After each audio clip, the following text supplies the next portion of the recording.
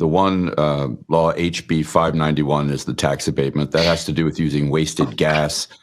In our case, we sit behind the meter at a wind farm, so we're primarily using wind energy, and when we don't use wind energy, we supplement with grid energy.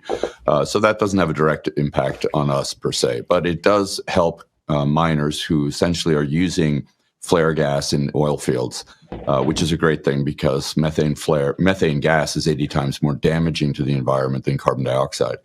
SB 1929 had to do with large flexible loads. So this is essentially miners will register with ERCOT.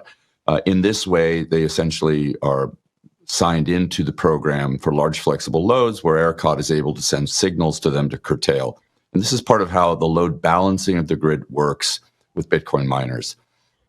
Many opponents to Bitcoin miners in Texas, for example, those that were behind SB 1751, are essentially the owners of peaker plants. And if you think about the grid as plumbing, you can either shut down a consumption somewhere else to give excess electricity to consumers, or you can turn on more capacity. The peaker plant owners are the type that run gas-fired plants that turn on capacity when demand goes up. It's much better for the environment and for the grid that Bitcoin miners just shut down when demand goes up.